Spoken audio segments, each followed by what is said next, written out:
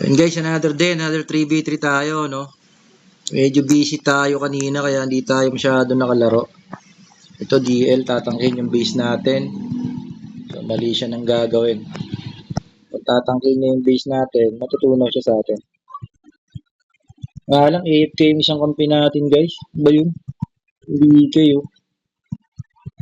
AFK. Tayo tayo rito sa BK na to, AFK. So guys, kuha tayo ng heal. Importanteng makakuha tayo ng heal tulad nito. Tapos kunin natin yung ito, patay na tong BK na to. Sigurado. Na poison arrow. So wala nang pupuntahan to kung makakuha ng heal yun. Nice, first blood siya. Tapos itong mga tumangkin ng base, mamamatay rin to. So, doon sila lugi. Hindi nila nakita yung dragon. Kinuha na natin yung dragon, naubos pa sila. So ayan, 2-0 tayo. Ito, tinatangke tayo na itong EE. Ito sigurado eh. Hindi niya alam, hindi niya tayo kaya. So ayan, madudurog sa atin yan. Kahit makapalandep niyan, madudurog yan. Ito, sigurado ako. Ayan o. Yung heal, yun lang. Nakuha ng heal. Kaya mo siya, no? At least binabasag yung base nila. Hindi lang tayo nakakuha ng heal. Ano?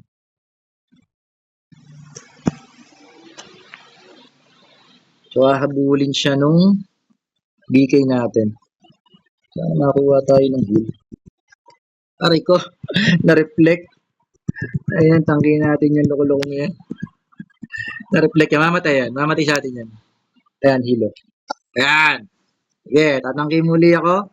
GG ka sa akin, Brad. Pag tinangkin mo ako, maniwala ka. Kasi walang poison arrow, no? Cooldown yung poison arrow natin. Yung nga lang, masakit ang damage natin sa BK. Kasi binild natin yung character natin anti-BK to.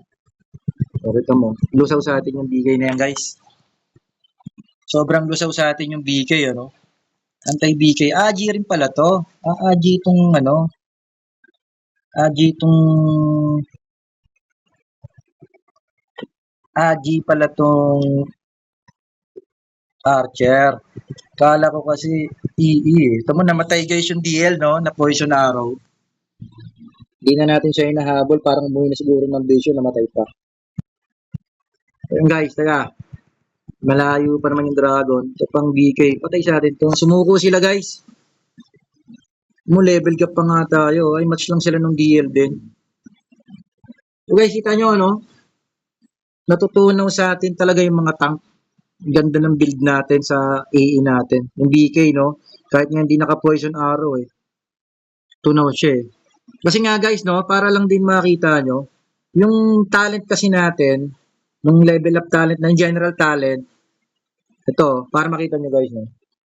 Yung skill natin na kinuha, ito, damage to swordsman up, no? 7.4% na.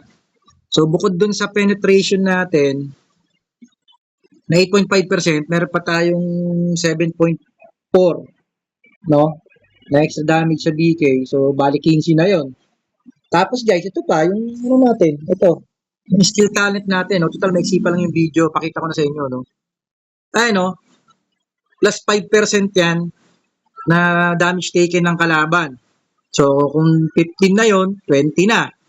No? Parang plus 20 damage tayo ngayon. Kasama yung penetration, tsaka yung damage to BK. Tapos guys, ito nga, yung skill natin na to, yung death nila, negative 30, no? For 15 seconds to. So, ganun yung mangyayari. Kaya lumalambot sa atin yung BK sa mga nagtatanong, no? So, hinabahan ko ng konting video para lang maliwanagan kayo. Kaya nalulusaw sa atin yung mga BK. So, yun guys, out tayo. Next game tayo guys. Sabulin natin yung next game. Out.